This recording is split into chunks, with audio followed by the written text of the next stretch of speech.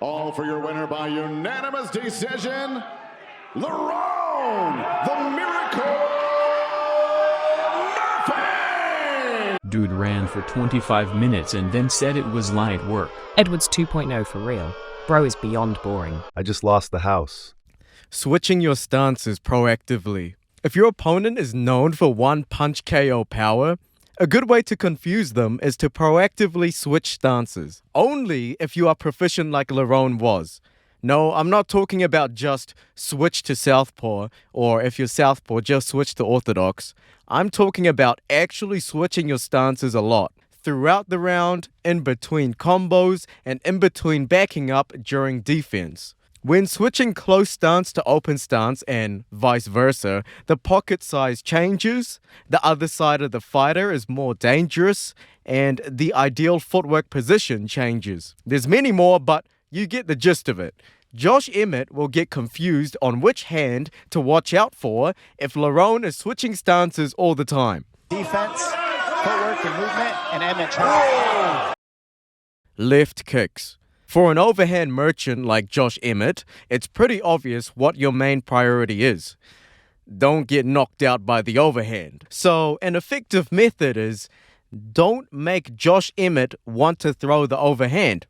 Lerone was using his left leg to kick Josh Emmett, making Josh use his overhand hand to guard. So during the fight, Josh is proactively thinking about guarding with his overhand hand, 2 now, which lowers the number of overhands he can throw. I've said overhand a lot, it might have missed the point, but you get the idea, I hope. You had a finish in mind that you thought was going to happen tonight. What would it have been? I thought it was as either in visualising a head kick or a counter elbow as he stepped in on it. Oblique kicks. Extremely painful kick to the knee. Lerone is taller, so that also helps. After getting hit, even once with one of these, it will hurt your legs. No shit. And you need your legs for footwork. So now, when Josh Emmett ever wants to close the distance and throw the overhand, it's going to be a lot harder now.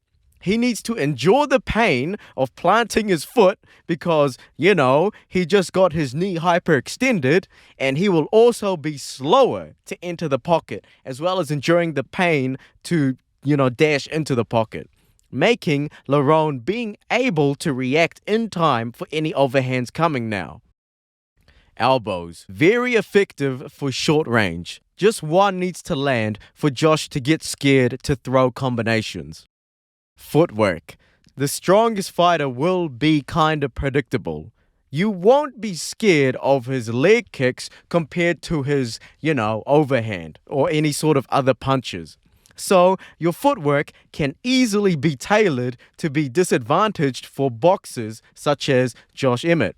Lerone was using a fully balanced, even stance. So he wasn't back foot heavy like a Muay Thai fighter because he's not scared of leg kicks. And he wasn't lead foot heavy like, Carlos Ulberg because Lerone doesn't need to be the one closing the distance and he's not really head movement heavy. He's confident to avoid the overhand at all costs and play another sort of game in the octagon. We don't need to play Josh Emmett's game. And you can tell throughout the fight, Josh Emmett was getting frustrated and getting slowly dominated round after round to the point where he just wants to throw down. And, once someone wants to throw down or does flying knees, he knows he's losing. He knows he's not dominating the fight and he wants to even the playing ground by, throwing down. So there's that. And with the added effect on Josh Emmett in the later rounds, such as the oblique kick damage, scared of the left high kick, and a slick elbow if he gets too close. Fight IQ. Short and simple. He got dropped by Dan Ige in his last fight, and Josh Emmett killed Bryce Mitchell in round 1 in his last fight.